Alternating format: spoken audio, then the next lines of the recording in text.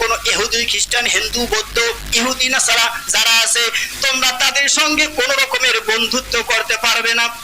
কারণ হলো বাদুহুম আউলিয়া উবাউ, তারা পরস্পরের বন্ধু, তোমার কোনোদিন বন্ধু হবে না। আমরা মনে করি মনে হয় আমার বন্ধু হবে, অনেক বন্ধু। আরে না না না, আল্লাহর কথা সত্য নাকি তোমার বন্ধুত্ব সত্য? তুমি যদি বলো এ বন্ধু আমার অনেক বিশ্বস্ত একজন বন্ধু, আমি বলবো খোদার কসম ওই বন্ধু তোমার আসল বন্ধু নয়, মুসলমান হলো তোমার আসল বন্ধু। কারণ আল্লাহ তাআলা কোশ্চিন কালেও মিথ্যা কথা বলতে পারেনি। আল্লাহ তাআলা বলেন ওই কাফের মুশরিক ওরা আসলে ভাই ভাই, বাদুহুম আউলিয়া উবাদ।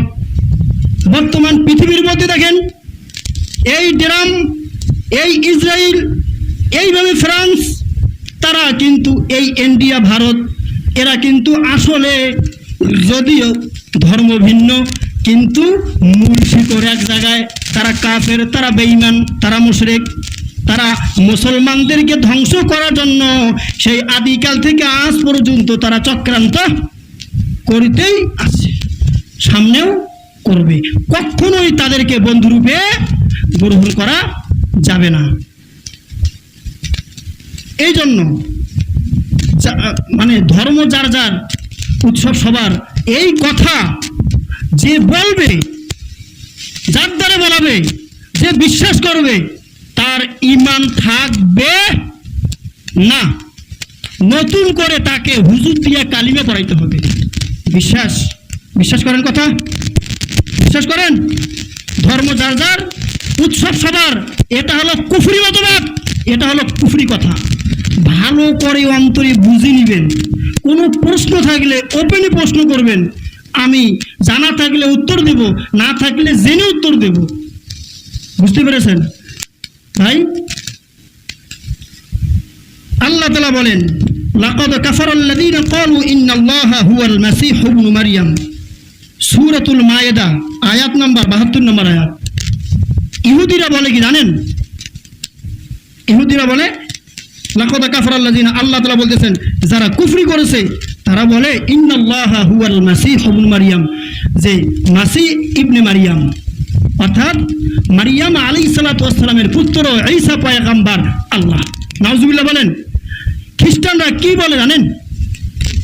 তারা বলেন, যারা খ্রিস্টান তারা এই যে মেসি আছে না, হেও কিন্তু খ্রিস্টান, এও মনে করে মারিয়ামের সন্তান ঈসা পয়গম্বর আল্লাহ, আল্লাহর জাত ওখানে আছে। একজন মাখলুককে যে আল্লাহ মনে করে, আর আমরা তাদের ভক্ত। এক মসজিদে আমি যখন ঢাকায় ছিলাম, এক ছেলে ওই খেলার সময় দেখছি আর্জেন্টিনা নামাজ পড়ে। আমি তাকে ডাক দিলাম, ভাই আসো তো এদিকে। তুমি যে নামাজ পড়লা, কার নামাজ পড়লা, কাকে সেজদা দিলা? কয় যে হুজুর আল্লাহকে সেজদা দিলাম। তো তুমি যে আল্লাহকে সেজদা দিলা, কিন্তু তুমি মানে ওইটা মানে পড়ছোটা কি? তো কছে এইটা তো একটা জার্সি। কার জার্সি? কয় আর্জেন্টিনা। এখনই খোলো, আবার নামাজ পড়ো। ওয়াল্লাযীনা হুম আনিল লাগwi মুরিদুন, এই যে সূরা মুমিন 18 নম্বর পারার 1 নম্বর পৃষ্ঠার মধ্যে আল্লাহ তাআলা যে বললেন খুশু এবং খুশু, এটা কি? নামাজের মধ্যে খুশু এবং খুশু নাই, খুশু এবং খুদুর সাথে যে নামাজের কথা আল্লাহ তাআলা মানে বললেন, এটার অর্থ কি? আপনি নেইমারে জার্সি আর এই জার্সি নিয়ে যদি পড়েন, তার মানে কি? যেটা আপনি পড়বেন নিশ্চয় মহব্বত করেন, একদিকে আল্লাহকে মহব্বত করবেন, গিয়ে সেজদা দিবেন, আর একদিকে আপনি সাইনবোর্ড লাগাবেন আর একটা, এটা কি হবে? এই জন্য আল্লাহ তাআলা বলেছেন 1 নম্বর পারার মধ্যে সূরাতুল বাকারার মধ্যে আল্লাহ তাআলা বলেন আফাতুমিনুনা বিবাদিল কিতাব ওয়া তাকফুরুনা বিবাদিল কিতাব। এই কোরআনের কিছু কিছু মানুষ আছে, তারা সুবিধা মতো কিছু মানে আর কিছু ছেড়ে দেয়। যেটা তাদের স্বার্থে লাগে এইটা মানে, আর যেটা লাগে না সুবিধাবাদী, যেটা ভালো লাগে তার মন মতো এইটা মানে, আর যেটা তার বিপরীত এটা মানবে না। এটাকে মুসলমানের পরিচয়। ও ভাই, কথা বুঝতেছেন? আমার কথা কি বোঝা যায়? স্পষ্ট কথা। লোকমান হাকিম তার সন্তানকে শিরিক করা থেকে বিরত রেখেছেন। বেটা, লা তুশরিক বিল্লাহ, আল্লাহ তাআলার সাথে শিরিক করিও না। ইন্নাশ শিরকা লাযুলমুন আযীম, সূরা লোকমান 21 নম্বর পারার 11 নম্বর পৃষ্ঠা। আল্লাহ তাআলা বলেন, তাহলে উনি কেমন পিতা ছিল? তার সন্তানকে শিরিক করার ব্যাপারে নসিহত করেছেন। কেমন সন্তান? আর আমরা কেমন সন্তান? আমরা কেমন পিতা পাইলাম আর আমরা কেমন সন্তান পাইলাম? আমাদের পিতামাতার দায়িত্ব হলো আপনার ছেলে ঘুম থেকে উঠে বিকাল পর্যন্ত শোয়া পর্যন্ত কোথায় যায়, কি করে, সব কিছু খোঁজ আপনাকে নিতে হবে। যদি আপনি নিতে পারেন তাহলেই তো হবে ওই ঘরটা ঈমানওয়ালা ঘর, ওই ঘরের মধ্যে বরকত আসবে। কি ভাই, ঠিক না? হযরতে ইব্রাহিম পয়গম্বরকে আল্লাহ তাআলা কি করলেন? পরীক্ষা করলেন, তুমি কুরবানি করো। এই কথা, এই সংবাদ ইব্রাহিম আলাইহিস সালাতু ওয়াস সালাম তার ওয়াইফকে বললেন যে আল্লাহ তাআলা এই আদেশ করেছেন, কি তুমি কি খুশি আছো নাকি? তখন তার ওয়াইফ, তার স্ত্রী ডাক দিয়ে বললেন, এটা যদি আল্লাহর হুকুম হয় তাহলে অবশ্যই রাজি, কোনো সমস্যা নেই। এই কথা, এই সংবাদ তার পুত্র ইসমাঈলকেও বললেন।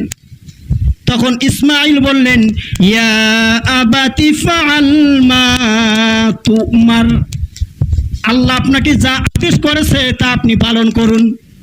তার মানে পিতা এবং পুত্র এবং তার স্ত্রী তিনজনের ঈমানের সমন্বয়ে আল্লাহ তাআলা কিন্তু রাজি হইছে। বুঝতে পেরেছেন? আল্লাহ আপনার প্রতি যে রাজি হবে, আপনার সন্তান কেমন, আপনার সন্তানকে আপনি কন্ট্রোল করতে পেরেছেন কিনা, আপনার মেয়েকে আপনি কন্ট্রোল করতে পেরেছেন কিনা, আপনার স্ত্রী, আপনার পরিবারের সদস্যদেরকে আপনি কন্ট্রোল করতে পেরেছেন কিনা, সব দিকে বিবেচনা করে আল্লাহ তাআলা আপনার প্রতি সন্তুষ্ট হবেন। আর এমন যাচাই এবং প্রতিদান দান করবেন, দুনিয়ার মানুষ কেউ এই প্রতিদান কল্পনাও করতে পারে না। সুবহানাল্লাহ। এই জন্য আমরা সকলে কি ভাই অ্যালার্ট থাকবো, ঠিক আছে না? কিছু প্রশ্ন বলি বা কিছু জিজ্ঞাসা, যেমন আমরা পূজা থেকে লোক আসবে, আপনার বন্ধু বান্ধব আত্মীয় স্বজন যারা আছে তাদের কাছে আসবে, আর আসার পরে বলবে কিছু শরীক হন, ঠিক আছে? আপনি যখন শরীক হবেন, ওইখানে শরীক হওয়া মানে ওই জায়গার মধ্যে পূজা করার ক্ষেত্রে, আল্লাহ তাআলা শিরিক করার ক্ষেত্রে আপনি শরীক থাকলেন। বুঝতে পেরেছেন? দেখবেন ওই সমস্ত জায়গায় ওই সমস্ত লোকই টাকা দেয়, ওই যাদের টাকা মসজিদে কম খরচ হয়, গরিব মিসকিন কম পায়। কোনো ভিক্ষুক যখন বাড়িতে যায় বা আসে, ভাই মাপ চাই, কোনো মাদ্রাসাওয়ালারা যদি যায়, মসজিদ থেকে যদি কোনো কমিটি যায়, মাপ চাই, টাকা নাই। আল্লাহ তাআলা ওর টাকা ভালো কাজে ব্যয় করবে না। কারণ হলো টাকা যারে তারে টাকা আল্লাহ তাআলা ভালো কাজে ব্যয় করে না।